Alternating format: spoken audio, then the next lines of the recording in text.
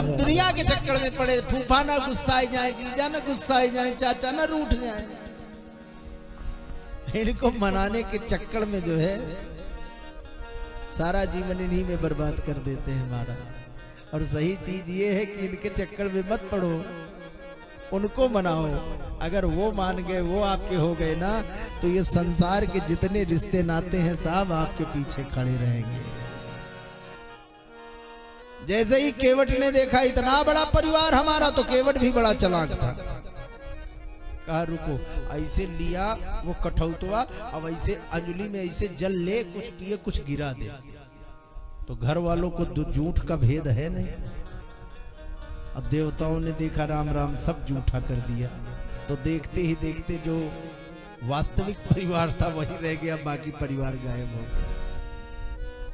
और उसके बाद महाराज अपनी नौका में बिठा लिया, और बिठाने के बाद राघवेंद्र सरकार को कभी इस किनारे ले जाए, कभी उस किनारे ले जाए, 2-3 बार ले गया। और हमारे यहाँ एक लोकल के कवि हुआ करते थे, वो बड़ी पुरानी रचना वो गाया करते थे। 2 लाइन सुनाता हूं, आगे बढ़ता हूं।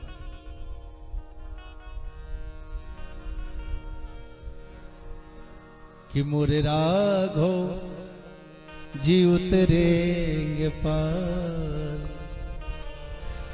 मोरे राघव जी उतरेंगे पार, रे गंगा मैया दैत्य हो जाओ। और जब दैत्य होने का श्राप दिया ना, तो पूरी नशा उतर गई, रोने लगी। सरकार क्षमा, कहा जाओ जब तुम दैत्य होगे तो तुमको दैत्य योनि से मुक्त करने के लिए परमात्मा अवतार लेंगे।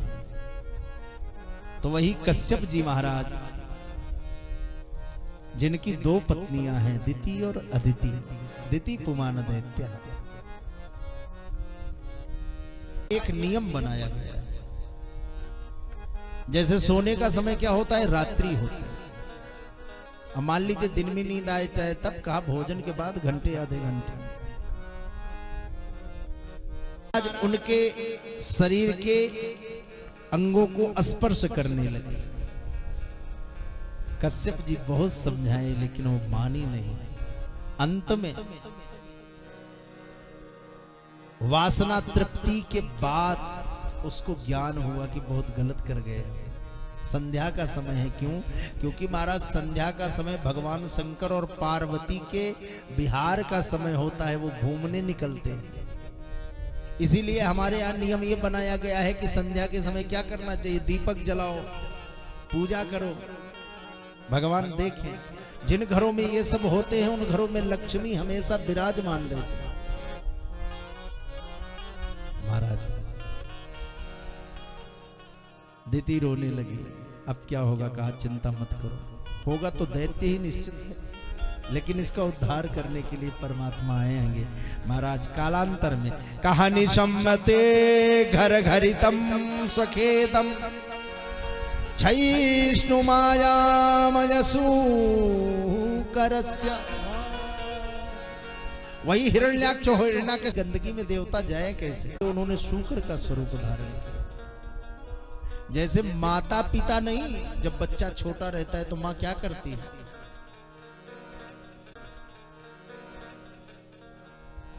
महाराज बच्चे की गंदगी मां अपने हाथों से साफ करती है।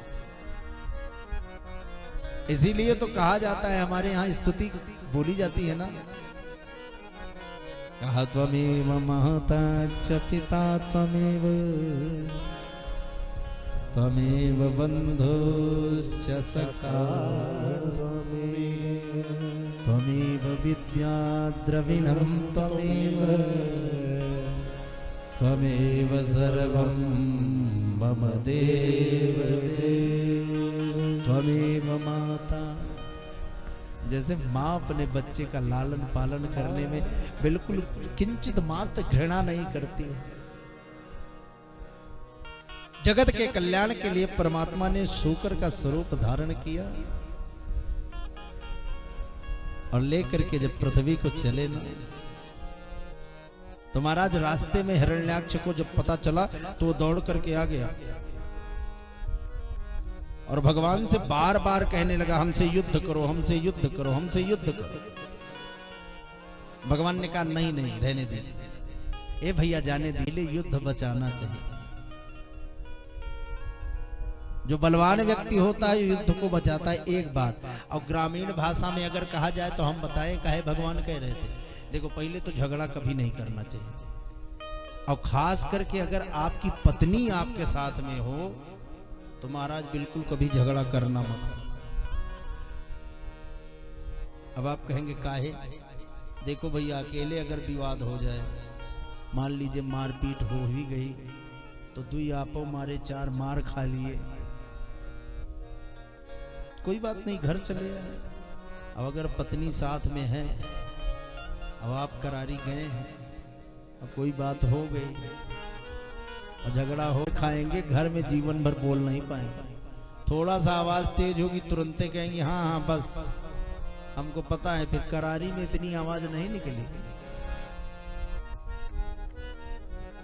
इसलिए अगर चार बात भी कहना तो उनसे कह दो भैया हाँ हम तुमसे कमजोर हैं। तो भगवान शुकर महाराज के वो उन्होंने किसको लिया है? पृथ्वी को। पृथ्वी कौन है? विष्णु पत्न्यै नमः, मेदन्यै नमः, पृथिव्यै नमः, धरायै नमः। विष्णु की पत्नी है ना, तो भगवान ने कहा ये हमारी धियन्रे यस्मा धियन्र गए ग्राम सिंगान। भगवान को उसने गाली दी तो भगवान ने भी गाली दिया है, लेकिन गाली इस तरीके नहीं, गाली साहित्यिक गाली।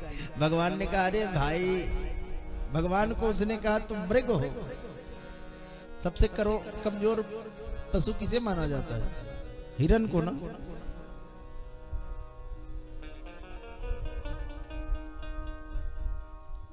तो भगवान को जब उसने कमजोर कहा इस तरीके, तो भगवान ने कहा अरे भाई आप तो ग्राम सिंह हो। ग्राम सिंह किसे कहते हैं?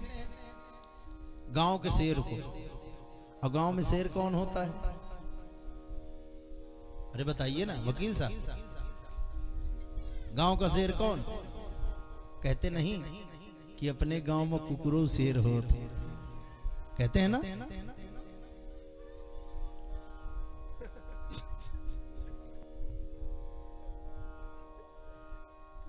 एक बार यहाँ के बच्चों के लिए ताली बजा दो। अरे तेजी से बजाओ। जय। वो चाह रही इतनी आवाज लगा देते हैं कि इतना माइक लगने के बाद भी सब जब जाता है। 2 बार भगवान नाम संकीर्तन तब आ गया।